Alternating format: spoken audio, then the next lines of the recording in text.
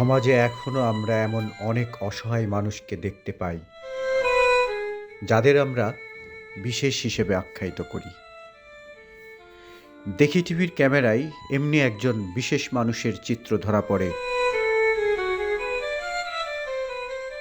ঢাকার হাতির ঝিলের পাশের রাস্তা থেকে যে পানি গড়িয়ে হাতির ঝিলে যাচ্ছিল, সেই পানি পান করে পেটের ক্ষুধা মিটাচ্ছিল বিশেষ একজন মানুষ।